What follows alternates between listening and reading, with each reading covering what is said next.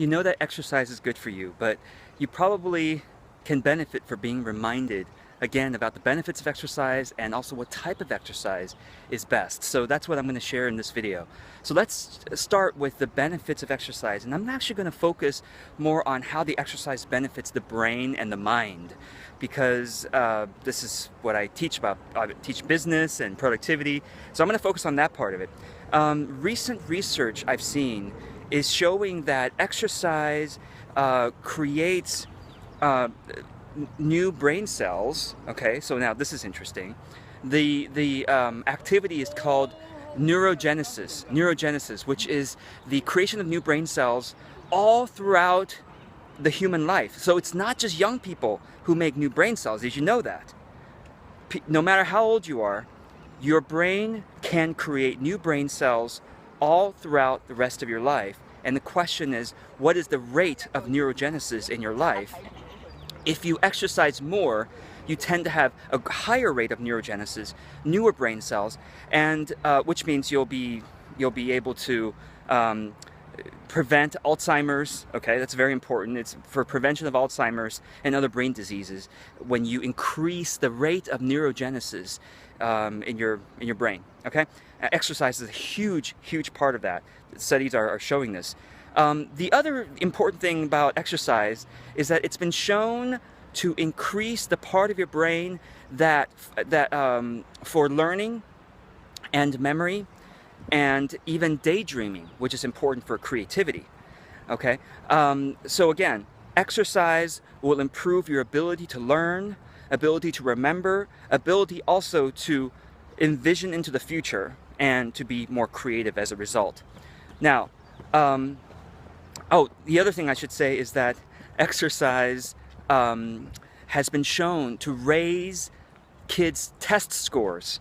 So no, raising test scores isn't just about sitting and studying more. They've shown that when, at schools that have regular exercise, where recess is an important part of the curriculum, versus schools that don't have exercise, where they just have a lot of classroom time, the schools that have exercise have higher test scores. Okay, that prioritize that. Okay, now the question is, what type of exercise should we be doing?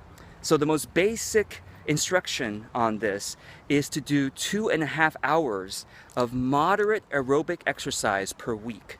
Now, 2.5 hours per week at one time is not going to be as beneficial to your body as breaking that up in some way. So the way I break it up is 30 minutes 5 times a week. 30 minutes, just imagine 30 minutes Monday through Friday. Now the question is, what is moderate aerobic exercise?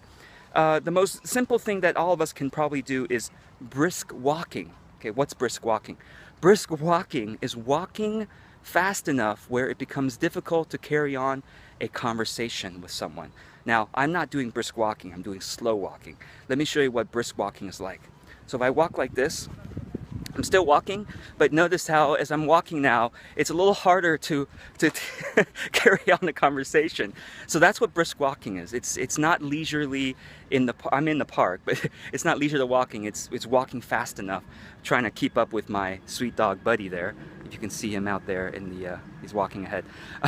So brisk walking, that's all of us can do that. Or of course, bicycling is great. Swimming is also a fantastic way to exercise. Dancing is wonderful. Dancing is a great way to exercise because dancing will move your body in ways that you don't typically get to move in daily life, and that also increases the rate of neurogenesis in your brain.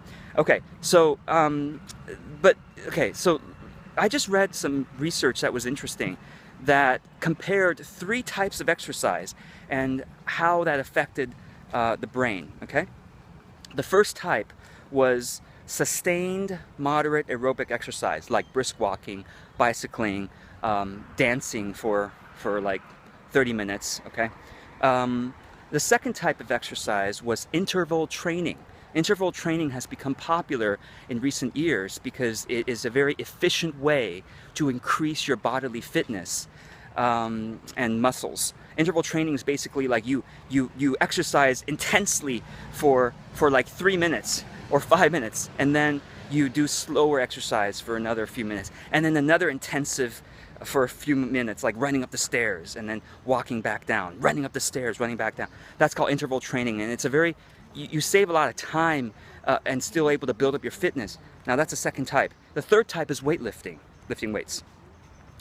They discovered, okay, now this was a study with, I think, laboratory mice, but they have a similar kind of connection between exercise and brain development to humans, I guess. They've discovered that of the 3 types of exercise, the best one by far for improving the hippocampus of the brain, which is the part of the brain responsible for learning and memory and envisioning the future, okay? The best exercise by far was moderate aerobic exercise.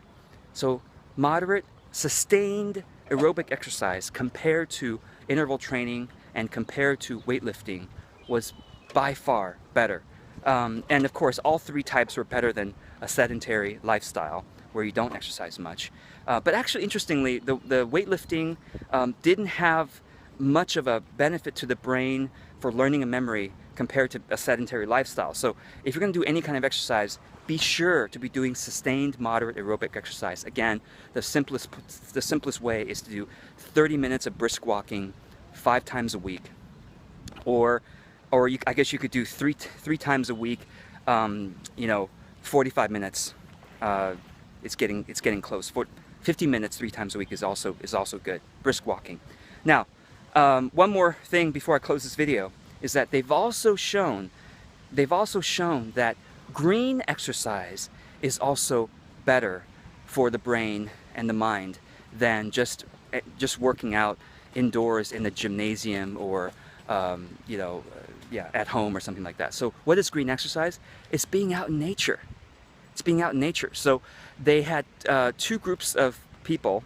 One group walked a busy city street, and then the other group walked in a city park. So not even a national park or something, just a city park with some trees and some grass. And also it was a really cold day, so it wasn't even a nice warm day like today. It was a really cold day. They were walking out in nature. The other group walked in the busy city street. And then afterwards, both groups were asked to solve a challenging creative problem. And consistently, when they did this test on many groups, consistently the group that was out in nature, even though it was cold and unpleasant, just being out in nature allowed them to solve the problems with more focus and creativity than the group that was just walking out on a busy city street.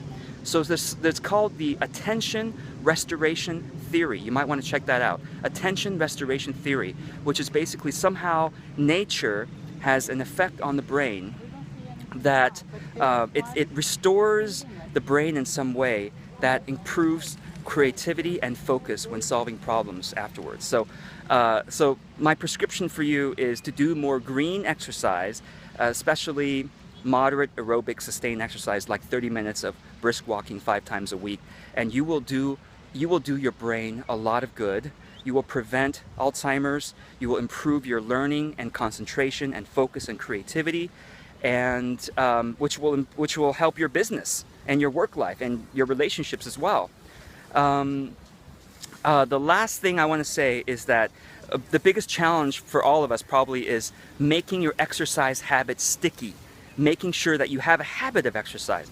My recent favorite way, didn't know that this was going to happen, but was to get a dog. So I know that's a big challenge for many of us. But if you can get a dog, that will definitely improve your habit of exercising. But otherwise, I will include a link in the notes of this video that gives you some ideas on how to create habits more effectively. So I hope this is helpful. I'm always open to your questions and your comments and what works for you to make exercise a habit. I'd love for you to comment below, and until the next video, I wish you lots of or consistent green exercise. Be well.